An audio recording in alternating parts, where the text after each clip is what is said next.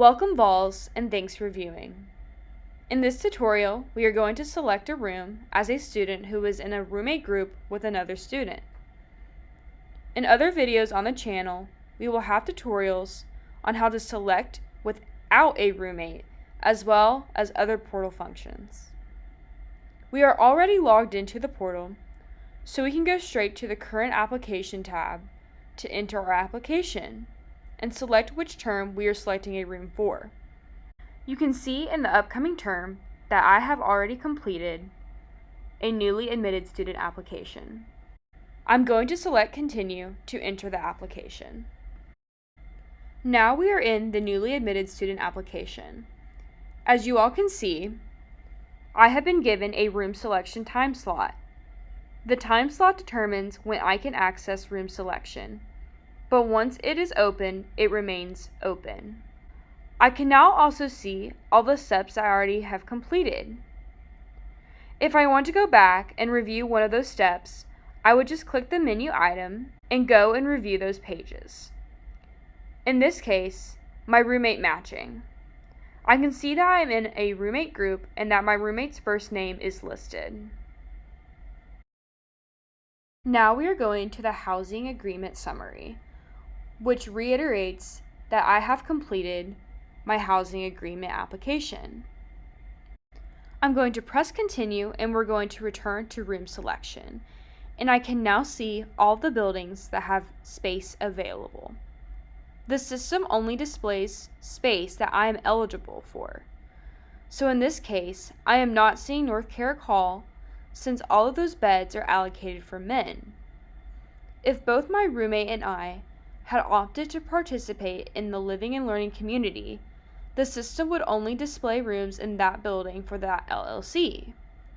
In this case, I am not in an LLC, so the system displays everything available except for LLC space. I am going to select Clement Hall and search for a suite there.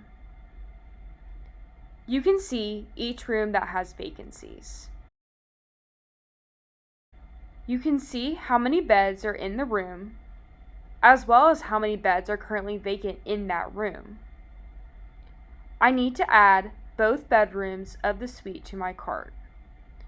I can also filter by suite to see only rooms where the bedrooms are in the same suite. Now I'm going to choose a suite with 2 empty beds in the same bedroom and add 1 bedroom to my cart.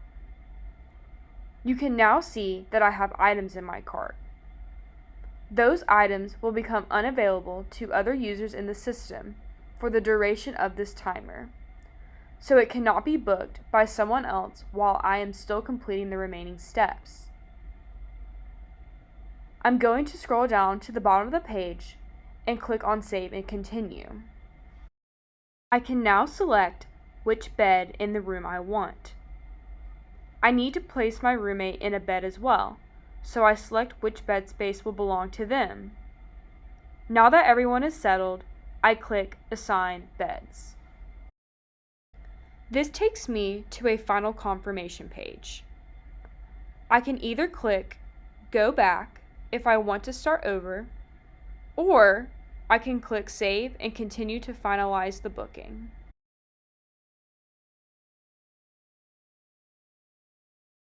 I can now review my housing agreement summary, and I can see that my roommate and I are assigned to the suite.